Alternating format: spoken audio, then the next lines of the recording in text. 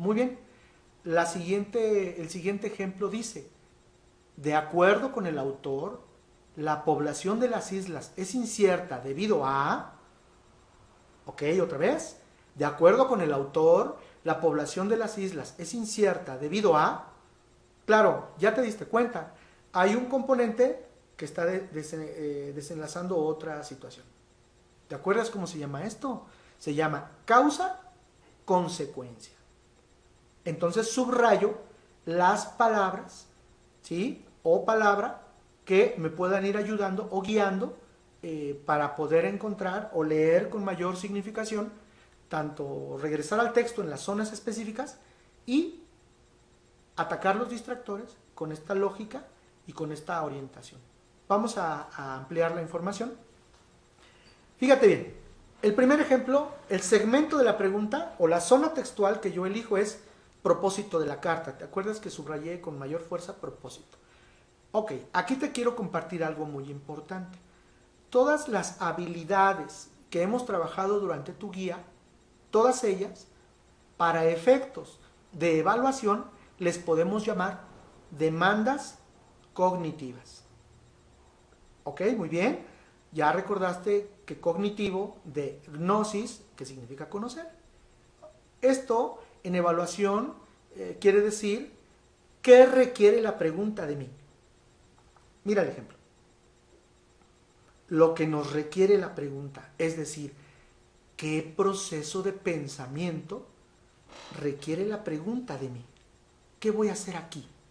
Ojo, comparar, clasificar, jerarquizar, ordenar, encontrar causa-efecto, la intención.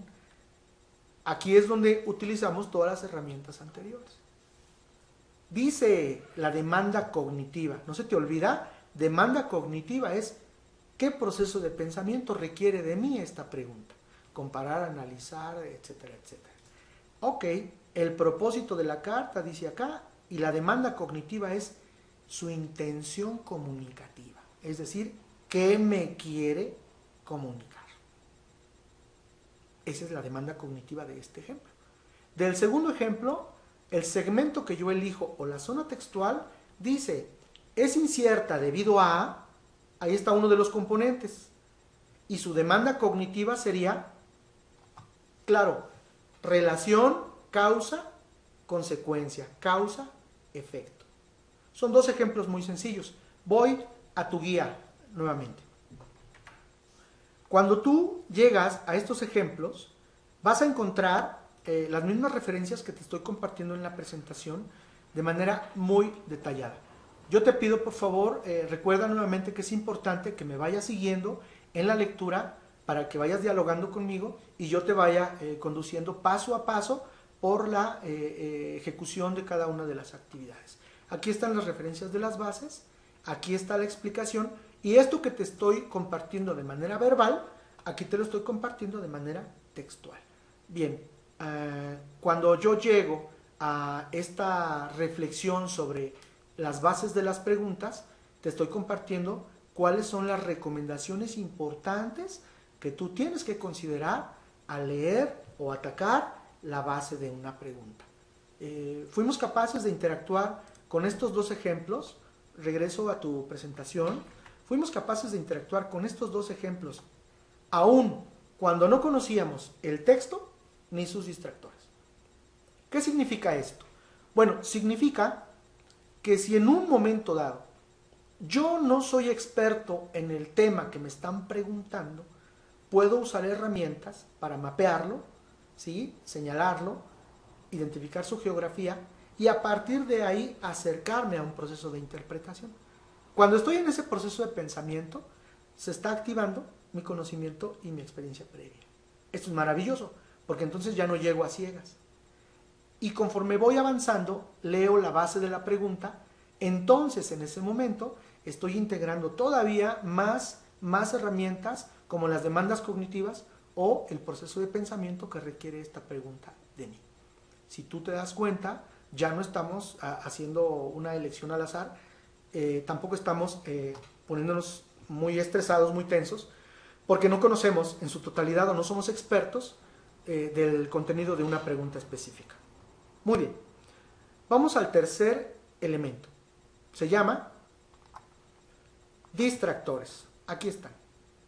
Mira, te lo voy a explicar de esta manera a reserva de que ahorita te voy a dar un recorrido por este segmento de la guía en donde vas a ir leyendo, vas a ir siguiéndome paso a paso con esta misma referencia que yo te estoy dando aquí. Hay más ejemplos y todos van sobre la misma base. Primero trabajo con este esquema. Te van a hacer o te van a proponer 4 opciones. Ese es el formato que se está usando actualmente. 4 opciones. Muy bien. Recomendación número 1. Fíjate muy bien.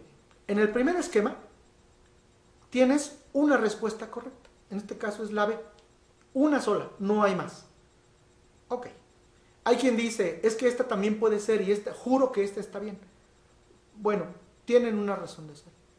Hay preguntas que tienen una respuesta correcta y 3 parcialmente correctas. ¿Qué significa esto? Bueno, significa que en este caso, de mi primer ejemplo, la A, la C y la D están en el mismo nivel de complejidad. Esas preguntas son complicadas. Hay otro tipo de preguntas en donde va a venir una respuesta correcta, 2 parcialmente correctas y un cuarto elemento que no corresponde, es decir, es una expresión que no tiene nada que ver con lo que te están preguntando. Esas son más sencillas, porque conforme vas avanzando en este proceso de entrenamiento, tú aprendes inmediatamente a eliminar las no corresponde, entonces te estás, interactuando, estás relacionándote con 3 distractores, ya no con 4. Bien, pero puede ser que te encuentres preguntas con 3 parcialmente correctas y una correcta. Bueno, una vez que empieza tu proceso de lectura de los distractores, yo te recomiendo lo siguiente.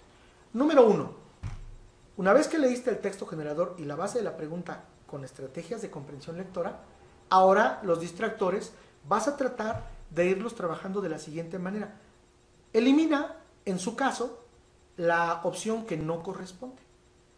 Es muy fácil identificarlas porque son expresiones que inmediatamente saltan a la vista y que tú dices, obviamente esta no tiene nada que ver aquí. En su caso, insisto, trata de eliminar la no corresponde. Muy bien. Ahora, tu siguiente proceso de pensamiento es ubicarte en las parcialmente correctas. Fíjate muy bien en esto. Vamos a suponer que una pregunta tiene 3 parcialmente correctas. Ok. En este extremo de mi mano está el grado de verdad. En este extremo de mi mano está el grado de falsedad de las parcialmente correctas.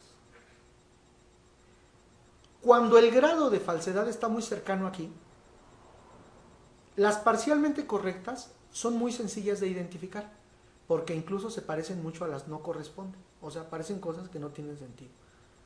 Conforme van avanzando, se van acercando al grado de verdad, es cuando un reactivo o una pregunta va elevando su grado de complejidad. Es cuando tú dices, juro que esta y esta también son. Bien, como tú vas a atacar la lectura de estos distractores con herramientas, todas las herramientas que hemos mencionado, pero sobre todo la herramienta de conocimiento previo, interpretación, inferencia, deducción, análisis, etcétera. La tarea que yo te recomiendo es que trates de identificar cuáles son los elementos, palabras, componentes, sentido o contexto que invalidan esas opciones parcialmente correctas. Claro, son parcialmente correctas porque tienen algo de verdad. Recuerda, se acercan al grado de verdad, son más complejas, pero siempre va a haber un detalle, una palabra, un sentido, un contexto que las invalide. Cuando tú estás atacando las parcialmente correctas con ese sentido, esa lógica, tú ya estás perfilando la respuesta correcta. Y ese proceso de pensamiento es lo que te hace irla validando. Cada vez que vas descartando, vas validando la respuesta correcta. Obviamente, no somos expertos en todos los temas. Las herramientas que yo te estoy compartiendo son herramientas de lectura y muchas de ellas te van a ayudar incluso para interactuar con temas muy complicados y muy difíciles. Entonces recuerda, las parcialmente correctas, mientras más se acerque al grado de falsedad, son más sencillas de identificar, y mientras más cerca estén del grado de verdad, requieren de ti un proceso de pensamiento analítico, deductivo, comparativo, etc. Hasta que encuentres sus elementos, palabras, sentido, contexto, que las invalidan. Muy bien, en tu guía, voy a tu guía, te voy a compartir un ejemplo, un texto muy sencillo que se llama 5 remedios de la abuela, ¿sí? Y te voy a hacer preguntas, te voy a hacer algunas preguntas, pero no te voy a dejar solo, te voy a ir guiando para que esto que te acabo de explicar, tú lo puedas integrar de manera muy significativa a todo tu proceso de comprensión lectora. Tengo más ejemplos, estos son los ejemplos que estás observando en la presentación y te voy a ir llevando paso a paso. Cada ejemplo lo estoy ilustrando con esto que te he explicado de la respuesta correcta, las parcialmente correctas y en su caso las no corresponde. Insisto en que te voy a estar preguntando, reflexionando, aludiendo a todas las habilidades que hemos trabajado. Bien, hasta aquí espero que todo vaya claro y de verdad confío en que tú le des el tiempo especial a cada actividad para que puedas incluso evaluarte nuevamente y reflexionar sobre si estamos alcanzando el nivel de desarrollo que requerimos. Y desde luego, esto es evaluación. Recuerda, esto te va a servir como estrategia de estudio y aprendizaje durante toda tu vida. Una referencia más, en tu guía te voy a compartir algunos tipos de formatos de reactivos, tipos y formatos que vienen ejemplificados también, por ejemplo, reactivos de cuestionamiento directo, con los mismos ejercicios y ejemplos que yo manejé en los anteriores, cuestionamientos, por ejemplo, de completamiento, ¿no? Cuestionamientos de selección de elementos, elección de elementos, o de ordenamiento, fíjate. Entonces, si las habilidades que hemos trabajado tienen que ver con jerarquía, orden, comparación, ¿sirven o no sirven las estrategias que hemos trabajado durante toda tu guía? Por supuesto que sí, porque entonces tienen sentido en los diferentes formatos ahora de reactivos con los que vas a interactuar seguramente durante mucho tiempo en tu proceso educativo. Finalmente te voy a compartir en esta sección algunos mapas donde se ordena paso a paso lo que yo te sugiero para que puedas ir trabajando con la lectura y la resolución de estos ejercicios. Espero que esta información sea de utilidad y estamos casi en la recta final de esta pequeña charla que estamos teniendo y deseo de verdad que las actividades sigan siendo de tu interés.